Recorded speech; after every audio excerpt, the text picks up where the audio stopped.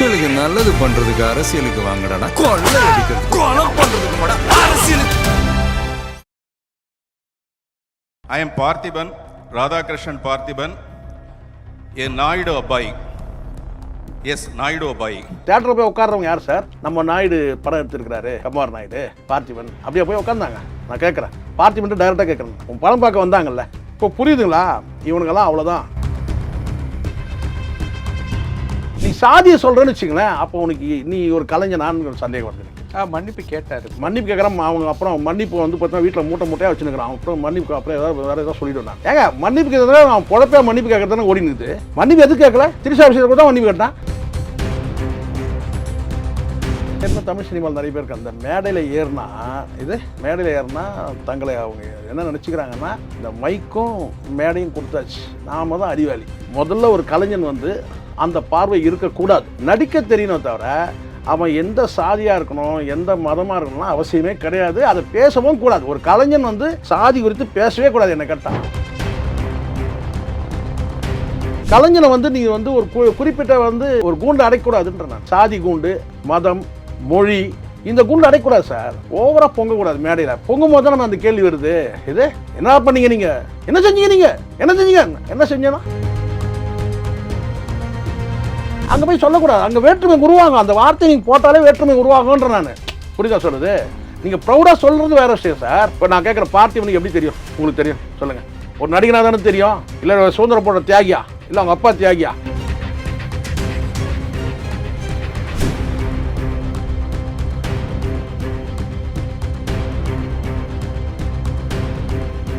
Real one உறவுகளே, நடுநிலையோடு பொறுப்புடன் செய்திகளை வழங்கி பல லட்சக்கணக்கான மக்களின் நம்பிக்கையை பெற்ற நமது சேனலின் வளர்ச்சிக்கு உங்கள் ஆதரவு தேவை. இந்த ஊடக பயணம் தொடர்ந்து வலுப்பெற திரையில் தெரியும் QR கோட் ஸ்கேன் செய்தோ அல்லது டிஸ்கிரிப்ஷனில் உள்ள வங்கி விவரங்கள் மூலம் உங்களால் முடிந்த அளவு சப்போர்ட் செய்யுங்கள். உங்கள் ஒவ்வொரு ஆதரவும் நமது குரலை இன்னும் பல லட்சம் பேரிடம் கொண்டு செல்ல உதவும். ரியல் ஒன் நேயர்களுக்கு வணக்கம். இன்று நம்மளுடைய நேர்காணலுக்கு டிஜிட்டல் ஜேர்னலிஸ்டான திரு ஷேகுவாரா அவர்கள் நினைச்சிருக்காங்க. சார் வணக்கம். வணக்கம் தமிழ் வணக்கம்.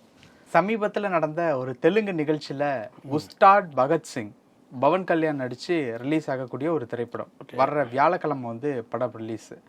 அந்த திரைப்படத்தினுடைய ப்ரீ ரிலீஸ் ஈவெண்ட்ல வந்து நம்மளுடைய தமிழ் நடிகர் பார்த்திபன் அவர்கள் வந்து, நான் வந்து நாயுடு சமுதாயத்தை சேர்ந்தவன் தான் அப்படின்னு சொல்லிட்டு தன்னுடைய ஜாதியை அறிமுகப்படுத்திட்டு ஒரு ஸ்பீச் வந்து கொடுத்திருந்தார். நீங்க பார்த்திருப்பீங்கன்னு நினைக்கிறேன். இந்த ஒரு விஷயத்துக்கு நம்மளுடைய தமிழ் சினிமா தரப்பு இயக்குனர்கள், நடிகர்கள் மத்தியில் சில சர்ச்சரவுகள் வந்து கிளம்பியிருக்கு. இப்போ பார்த்திபன்னாலே கடந்த 2 வாரத்துக்குள்ளே வந்து சச்சரவுக்கு பஞ்சம் இல்லாமல் தான் போயிட்டுருக்கு. இப்போ கூடவே இந்த ஒரு விஷயமும் ஆட் ஆகிருக்கிறதுனால ஏன் இந்த ஒரு இது தேவையா அப்படிங்கிற மாதிரி வந்து கேட்குறாங்க. ஃபஸ்ட்டு முதல்ல இந்த மேடையில் ஒரு 7.5 தாங்க முடியாது. ஒரு 7.5 ஒரு 7.5 தாங்க முடியாது. 2 7.5 எப்படி சார் இருக்கும்? யோசிச்சு பாருங்கள். 2 7.5 15 ஆகும். 15 ஆகிடும். சரிங்களா? எதுக்கு சொல்ல வரேன்னா, பவன் கல்யாணே நமக்கு தெரியும் இல்லையா, பார்த்திபனே நமக்கு தெரியும். சில நம்ம ஏற்கனவே தமிழ் சினிமாவில் நிறைய பேருக்கு அந்த மேடையில்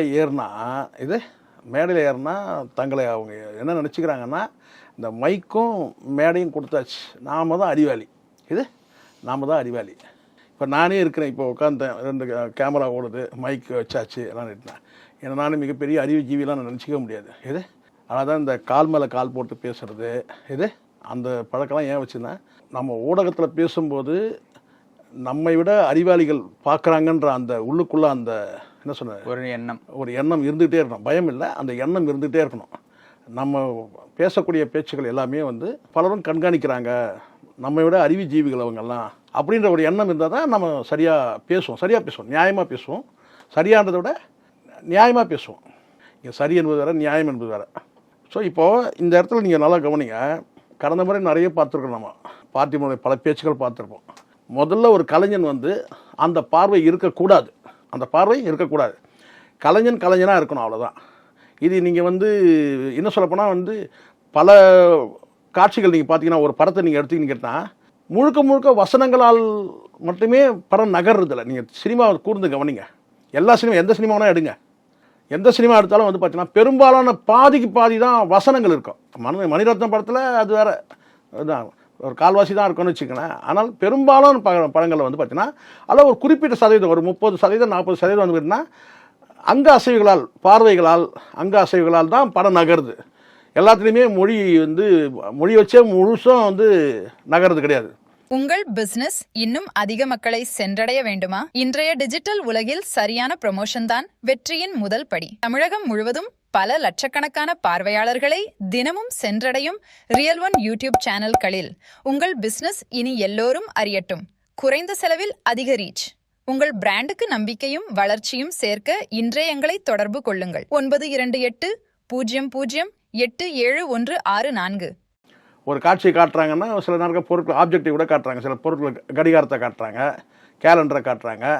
அப்போ பெரும்பகுதி வெறும் வசனங்களால் மட்டுமே நிரப்பப்படுறதுலாம் கிடையாது. வசனமே இல்லாத படங்கள் வந்ததுலாம் அது வேறு விஷயம். இது எதுக்காக சொல்லணும்னா, ஒரு சினிமா வெற்றி பெறணும்னா மொழி ரொம்ப முக்கியம் கட்டாயம் கிடையாது. உணர்வுகள் அடிப்படையில் கூட பல படங்கள் நம்ம வந்து கடந்த காலத்தில் வந்து வெற்றி பெற்ற படங்கள்லாம் இருக்குது. வசனங்கள் ரொம்ப குறைவாக இருக்கும். அது மணிரத்னம் தான் நீங்கள் மனசு வச்சுக்காதீங்க. அதுக்கு முன்னாடி மணிரத்னம் தாத்தாலாம் இருந்திருக்கிறாங்க, சரிங்களா? அப்போ இது அது முக்கியம் கிடையாது. அப்போது ஒரு கலைஞனுக்கு வந்து பார்த்திங்கன்னா நடிக்க தெரியணும் தவிர அவன் எந்த சாதியாக இருக்கணும், எந்த மதமாக இருக்கணும்லாம் அவசியமே கிடையாது. அதை பேசவும் கூடாது. ஒரு கலைஞன் வந்து சாதி குறித்து பேசவே கூடாது என்னை கேட்டான். சரி, இதை தாண்டி வந்து பார்த்தீங்கன்னா ஒரு மனிதன் பேசலாமான்னு கூட மனிதன் கூட பேசக்கூடாது தான். இது இங்கே எல்லாமே குணத்தால் மனிதன், இனத்தால். நான் கூட சொன்னேன், நான் குணத்தால் மனிதன், இனத்தால் தமிழன், தேசத்தால் இந்தியன். எல்லாருமே அந்த அந்த படிநிலையில் தான் இருப்பாங்க. நீ இருந்துக்க, நீ தெலுங்குனா கூட இருந்துக்க, அதை நீ பிரதிபலிக்கூட. நான் எத்தனை இடத்துல நான் சொல்லியிருக்கிறேன், எத்தனை இடத்துல வந்து நான் வந்து பார்த்தீங்கன்னா நான் வந்து இதையே சொன்னது கிடையாது. மனிதன் என்பதையோ அல்லது வந்து பார்த்தீங்கன்னா நான் இனத்தால் தமிழன் என்பதையோ அல்லது வந்து தேசத்தால் இந்தியன் என்பதையோ இதே நம்ம அடிக்கடி மேடையில் சொல்கிறது கிடையாது. அதை தாண்டி நீ சாதியை சொல்கிறேன்னு வச்சுங்களேன், அப்போ உனக்கு நீ ஒரு கலைஞனான்னு சந்தேகம் வருது எனக்கு. மன்னிப்பு கேட்டார், மன்னிப்பு கேட்குறேன். அவங்க அப்புறம் மன்னிப்பு வந்து பார்த்தீங்கன்னா வீட்டில் மூட்டையாக வச்சுருக்கிறான். அப்புறம் மன்னிப்பு அப்புறம் வேறு ஏதாவது சொல்லிவிடும். நான் ஏங்க மன்னிப்பு கேட்கறதுல நான் பொழப்பே மன்னிப்பு கேட்கறதுன்னு ஓடினுது. மன்னிப்பு எதுக்கு கேட்கல? திரிஷா விஷயத்தில் கூட தான் மன்னிப்பு கேட்டான், திரிஷா மேட்டரில் கூட தான் மன்னிப்பு கேட்டான். திரிஷா மேட்டர்னால் நீங்கள் வேறு எதாவது புரிஞ்சிக்காதீங்க. திரிஷா விஷயத்தில் கூட தான் வந்து இதில் திரிஷா பிரச்சனையில் கூட தான் வந்து மன்னிப்பு கேட்டான். மன்னிப்பு ஒரு விஷயமாங்க, சில வார்த்தைலாம் இருக்குது, அதை அரிதிலும் அரிதாக பயன்படுத்தணும்.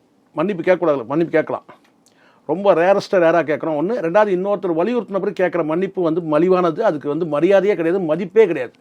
இன்னொருத்தர் சொன்ன பிறகு வருது பார்த்தீங்களா அந்த மன்னிப்பு. இன்னொருத்தர் சுட்டி காட்டின பிறகு, இப்போ நான் தவறாக பேசிட்டேன் ஒரு விஷயத்தில் கேட்டிங்கன்னா, எனக்கு நானே உணர்ந்து அதை உடனே அதுக்கான வந்து ரியாக்ஷன் பண்ணோம். இன்னொருத்தர் சொல்லி சுட்டி காட்டின பிறகு அழுத்தம் கொடுத்த பிறகு கேட்குறதுன்னு இருக்குது பார்த்தியா, அது வந்து அதுக்கு மதிப்பே கிடையாது மன்னிப்புக்கு. புரியுதா சொல்கிறது? இவெல்லாம் வந்து சொல்லுவாங்க, அதெல்லாம் சின்ன வயசில் இந்த குழந்தைங்களாம் பேசுகிறது, அவன் சாரி சக்கரை பொங்கல் மாதிரி கேள்விப்பட்டிருக்கீங்களா? இந்த குழந்தைங்களாம் பேசும் சின்ன வயசில் ஸ்கூலில் படிக்க சொல்லலாம், அவனுக்கு சாரி சக்கரை பொங்கல் மாதிரி. அப்படின்னா என்ன அர்த்தம்? அடிக்கடி கேட்டுனே இருப்பான். அதுக்கு ஒரு மரியாதை இருக்குது சார். இப்போ புரியுதுங்களா? மேடையில் நம்ம மைக் கொடுத்துட்டோம்னா ஆயிரக்கணக்கான பேர் உட்கார்ந்து இருக்கிறாங்கன்னா அவங்க முன்னாடி நம்மளை தன்னைத்தானே அறிவாளி நம்ம நினச்சிக்கிறது ஆபத்தானது. அவங்க கைத்தட்டல் பெறணுன்றதுக்காக நம்ம பேசுறது மிக மிக ஆபத்தானது. அப்படியே ரிவர்ஸ் ஆகிடுவான் மறுநாளே. புரியுதுங்களா? அந்த கூட்டம் மட்டுமே முடிவு பண்ணலை, கோடிக்கணக்கான. இப்போ ஒன்றுமே இல்லை சார், சிவகுமார் மகன் சிவகுமார் வந்து எப்பவுமே வந்து தன்னை வந்து இந்த சாதி இந்த மொழி எதையுமே அடையாளம் காட்டிக்காத ஒரு மனிதர் தான். ஒரு சினிமா கலைஞனாக வந்து தன்னை அடையாளம் காட்டிக்கிட்டு தான் யார்? சிவகுமார். அவர் வேற்று மொழியில் நடிக்கலன்றதெல்லாம் வேற. புரியுங்களா? முழுக்க தன்னை வந்து ஒரு தமிழனாக கூட அவர் அடையாளம் காட்டிகிட்டு இருப்பார்னு வச்சுக்கலாம். ஆனால் குறிப்பிட்டு இங்கே மேடையில் அவர் பேசுனதான் நான் இது வரைக்கும் பார்க்கவே இல்லை. ஆனால் ஒரு மேடையில் கார்த்தி போய் பேசும்போது தெரியும், தெலுங்கு మంచి చాలా ఇష్టమా? தெலுங்கு ஃபேன்ஸ் చాలా మంచి ఇష్టం. அன்னைக்கு ஊந்தான் பாருங்க, அதோட முடிஞ்சு போச்சு. அந்த ஸ்டேஜில் எவ்வளோ பேர் தமிழ் இருந்திருப்பாங்க தெலுங்கு, நீங்கள் நினைக்கிறீங்களா? இப்போ சொல்கிறது வந்து ஒரு கலைஞன் என்பவன் எல்லாருக்கும் பொதுவானவன். நீ கலைஞனை வந்து நீங்கள் வந்து ஒரு குறிப்பிட்ட வந்து ஒரு கூண்டு அடைக்கூடாதுன்ற. நான் சாதி கூண்டு, மதம், மொழி, இந்த கூண்டு அடைக்கூடாது சார். அவனை ஃப்ரீயாக ஒன்றும். இங்கே பல பேர் வேடதாரிகள் இருக்கிறான். நான் இதை தமிழுக்கு ஆதரவாக அப்படின்னு நினைக்காதீங்க. தெலுங்குக்கு எதிரான சத்தியமாக கிடையாது எனக்கு. அப்படி ஒரு எண்ணமே கிடையாது எனக்கு. என்ன சொன்னால், இஷ்டப்பட்ட மொழிகள் கூட இப்போ நான் சொன்னால் உடனே நீங்கள் புரிஞ்சுக்கூடாது, வந்து தப்பாக புரிஞ்சிக்கூடாது. உள்ளபடியே எனக்கு வந்து பார்த்தீங்கன்னா எனக்கு வந்து மலையாளமும் தெலுங்கும் எனக்கு ரொம்ப பிடிக்கும். எல்லோ கலர் பார்க்கும்போது இல்லை சொல்கிறேன், நான் ரொம்ப பிடிக்குது வேறு. ஆனால் நான் வந்து இனத்தால் தமிழன் தான், நான் குணத்தால் மனுஷன். அப்போது இங்கே புரிஞ்சுக்கணும். சில பேர் பேசுறது எனக்கு கேட்டால் பேசுறது ஒன்று செயல் ஒன்றா இருக்கும். இப்போ நான் இது எத்தனை இடத்துல நான் வந்து வாய்ப்பு கிடைக்குமா? அப்படி கிடையாது. புரியுது? உனக்கு பிடிக்கும் அதை நீ ஒரு ஸ்டேஜில் போய் நீ சொல்லும் போது சிக்கலாங்காவது. இப்போ நீங்கள் தவிர்க்க முடியாது சொல்கிறேன், என் உள்ளத்தில் இருந்து நான் இங்கே வெளிக்காட்டுறேன். நீங்கள் ஒரு ஸ்டேஜில் போய் ஒரு மக்களை கவர் பண்ணுன்றதுக்காக பேசக்கூடாதுன்ற நான் அங்கே தான் இருக்குது சிக்கல். இப்போ நான் இங்கே பேசுறது கிடையாது. இங்கே வந்து பார்த்தீங்கன்னா ஒரு ஊடகத்தில் கூட பார்க்கலாம், இப்போ சந்தர்ப்பம் வருதுனால இந்த சூழ்நிலை வர்றதுனால இதை நம்ம பேசுகிறோம். புரியுதா சொல்கிறேன்? ஒரு ஸ்டேஜில் போய் நம்ம நிற்கிறோம், அங்கே வந்து பார்த்தீங்கன்னா ஒரு லட்சக்கணக்கான பேர் இருக்கிறாங்க, இப்போ ஆயிரக்கணக்கான பேர் இருக்கிறாங்க. அப்போ அந்த இடத்துல போய் நீங்கள் என்ன செய்றீங்கன்னா அந்த மக்களை கவர் பண்ணுன்றதுக்காக நீங்கள் ஒரு வார்த்தையை பேசுகிறீங்க. புரியுதா? அதான் எனக்கு அப்படியே உண்மையாக இருந்தால் கூட அந்த இடத்துல அது பிரதிபலிக்க கூடாதுன்ற. ஏன்னா அந்த ஸ்டேஜ்லேயே வந்து பார்த்தீங்கன்னா தெலுங்கு மட்டுமே இருக்க மாட்டாங்க, அங்கே ஒரு 10% வச்சுங்க தமிழ்நாட்டை சார்ந்தவங்க இருக்கலாம். இல்லை அதை பார்க்கக்கூடிய இங்கே இருக்கிறவங்க ஒரு ஊடகத்தில் பார்க்குறாங்க. அப்படியே இந்த லட்டு விஷயத்தில் சொல்லிட்டு சிக்கலாச்சு. இந்த லட்டு விஷயத்தில் கூட அப்படி தான் சார் சிக்கலாச்சு. நான் என்ன சொல்லணும்னா, அன்னைக்கு விழுந்தது தான் கார்த்தி, இன்னைக்கு வரைக்கும் எழுந்துக்கவே இல்லை. உண்மையா இல்லையா? அந்த வார்த்தைக்கு பிறகு அண்ணனுக்கும் தம்பிக்குமே வந்து ஸ்கோப் இல்லை. நீங்கள் எதில் இருக்கிறீங்க, டாப் 5ல் இருக்கிறீங்களா, டாப் 4ல் இருக்கிறீங்களா, 3ல் இருக்கிறீங்களா, அப்படி கிடையாது. குறிப்பிட்டு ஒரு வந்து அது யாராக இருந்தாலும் நான் இது இவங்களுக்கு தான் சொல்லணும்னு அவசியம் கிடையாது. குறிப்பிட்ட ஒரு அடையாளத்தை நீங்கள் வந்து ஒரு முத்திரையை கொண்டு வரக்கூடாது. கலைஞன்றவன் பொதுவானவன், நீங்கள் எங்கே வேணாலும் நடிக்கலாம். நீங்கள் கமலை எடுத்துங்க, இன்றைக்கி வந்து உலகம் முழுவதும் அறிந்த நடிகர். அவர் வந்து பார்த்தீங்கன்னா தமிழன்றதுனால தான் வந்து அவருக்கு அடையாளமா? அப்படி கிடையாது, கலைஞன்ற அடையாளம் தான். இங்கே நிறைய பேர் இங்கே ஒரு வார்த்தை பேசுகிறாங்க, அங்கே ஒரு வார்த்தை பேசுகிறேன். நம்ம அதுக்கு இப்போ தவிர்க்க முடியாமல் சொல்கிறேன். இங்கே தமிழ்னு பேசக்கூடிய பல பேர் வந்து பார்த்தீங்கன்னா கதாநாயகி யாரை போட்டிருக்கான்னு பார்த்துங்க. நீங்கள் உடனே பாரதி ராஜா கிட்ட போயிடாதீங்க. தங்கர் பச்சன் கூட எடுங்க, ஏன் சேரன் கூட எடுங்க. அவங்களுடைய படத்தெல்லாம் பார்த்தீங்கன்னா எல்லாம் வந்து கேரளாவில் தான் இறக்குமதி பண்ணியிருப்பாங்க. எடுத்துங்க, நீங்கள் போட்டால் எடுத்து பாருங்கள். பாரதி ராஜா சொல்கிறார், என் இனிய தமிழ் மக்கள், இனிய தமிழ் மக்களே. அவர் படத்தில் அது மட்டும்தான் தமிழ். எது அதில் நடித்த கதாநாயகி எடுத்துங்க, எல்லாம் அவர் அறிமுகப்படுத்தின கதாநாயகி எடுங்க, ஏதாவது ஒரு தமிழ் நடிகை எடுங்க, எல்லாம் வேறு வேறு இருக்கணும். நீங்கள் சொல்கிறேன் நான் எதுக்காகனா, இது யாரையும் நம்ம காயப்படுத்த நமக்கு நோக்கம் கிடையாது. சத்தியமாக நமக்கு அந்த எண்ணமே கிடையாது. நான் மீண்டும் சொல்கிறேன். இல்லை, தங்கர் பச்சான் கூட வந்து பார்த்தீங்கன்னா ஓவராக பொங்கக்கூடாது. மேடையில் பொங்கும் போது தான் நம்ம அந்த கேள்வி வருது. இது என்ன பண்ணீங்க நீங்கள், என்ன பண்ணீங்க நீங்கள், என்ன பண்ணீங்க தமிழ், நீங்கள் என்ன பண்ணீங்க, என்ன செஞ்சீங்க, நீங்கள் என்ன செஞ்சீங்க, என்ன செஞ்சேன்னா நீ செஞ்ச இல்லை, நவ்யா நாயர் தான் கூப்பிட்டு செஞ்சேன்னா என்ன கதாநாயகியாக செஞ்சேன். உண்மை தானே? அதனால தான் நான் சொல்கிறேன். பார்த்திபனுக்கு என்ன சொல்ல வரீங்க? பார்த்திபன் நான் சொல்கிறேன், நான் ஒரு கலைஞன் வந்து தன்னை இந்த சாதின்னு சொல்லிக்க தப்பு. அதுவும் அவர் சொன்னது வந்து நீங்கள் தமிழன் சொன்ன தெலுங்கு மேடை தானே சார், தெலுங்கு மேடையாக கூட சார் அங்கே போய் நம்ம தமிழன் சொன்னாலும் அது கூட வேற்றுமை தான் சார் வருது. ஒரு தடவை யாஷ் கரெக்டாக பேசும்போது சொன்னான், யாஷ் தெரியல? ஆமாம், யாஷோட ஸ்பீச் எடுத்துக்க, ஸ்டேஜ் ஸ்பீச்சுன்னு எல்லாருமே இந்தியன்ஸ் தான். அவ்வளோதான் சார், முடிஞ்சு போச்சு. அவ்வளோதான், முடிஞ்சு போச்சு. அது கூட நீங்கள் இந்தியாவில் வந்து சொல்லலாம். நீங்கள் ஆஸ்கார் அவார்டு கொடுக்குறாங்க, அங்கே போய் வச்சுங்களேன், அங்கே போய் சொல்லக்கூடாது. அங்கே வேற்றுமை உருவாகும். அந்த வார்த்தை நீங்கள் போட்டாலே வேற்றுமை உருவாகுன்ற நான். புரியுதா சொல்கிறது? நீங்கள் ப்ரௌடாக சொல்கிறது வேறு விஷயம் சார். புரியுதா சொல்கிறது? அந்த இடத்துல நீங்கள் போய் சொல்கிறது வந்து கேட்டினா மற்ற மக்கள் வந்து பாருங்க, அந்த விழா என்ன நடிகனுக்கு கூட விழா, அவ்வளோதான். நடிகன் என்பவன் அவன் ஒரு இனம், அப்படி தான் எடுத்துக்கணும். அப்போ வந்து நீங்கள் வந்து நீங்கள் இப்போ நான் கேட்குற பார்த்திபனுக்கு எப்படி தெரியும்? உங்களுக்கு தெரியும் சொல்லுங்கள். ஒரு நடிகனாக தானே தெரியும், இல்லை சுதந்திர போராட்ட தியாகியா, இல்லை அவங்க அப்பா தியாகியா? இல்லை. அப்போ ஒரு நடிகனாக தெரியும், அப்போ ஒரு கலைஞனாக தான் தெரியும். பார்த்திபன் யார்? ரைட், நல்ல நடிகர், பல காட்சிகள் நல்ல காட்சிகள்லாம் வச்சுருப்பார். நீங்கள் போய் படம் போய் பார்த்தீங்கன்னா தெரியும். அதுவும் ஃப்ளாப்பான படம் போய் பண்ணோம். பயாஸ்கோப்னு ஒரு படம் பார்த்திபன் எடுத்திருப்பார். என்ன படம் தெரியுமா அது? என்ன படம்? அதில் பார்த்திபன் வந்து நம்ம கம்முவார் நாயுடுங்க போயிட்டு வெறும் நாயுடு மட்டும் போய் பார்த்தாங்களா படத்தை? நான் கேட்குறேன். படம் ஃப்ளாப்பு, அது வெற்றி தோல்வி தான் சகஜம் சார். தேட்டரில் போய் உட்கார்றவங்க யார் சார்?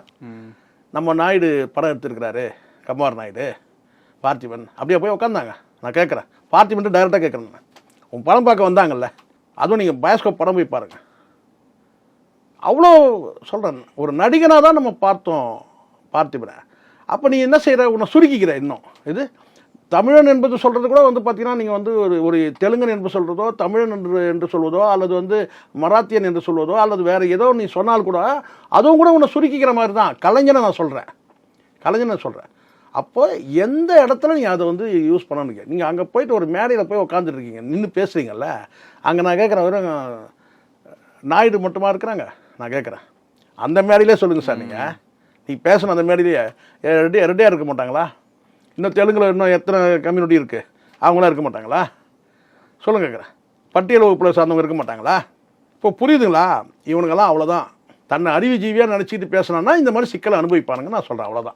பல விஷயங்கள் பேசணும். நேரத்துக்கு ரொம்ப நன்றி. நன்றி.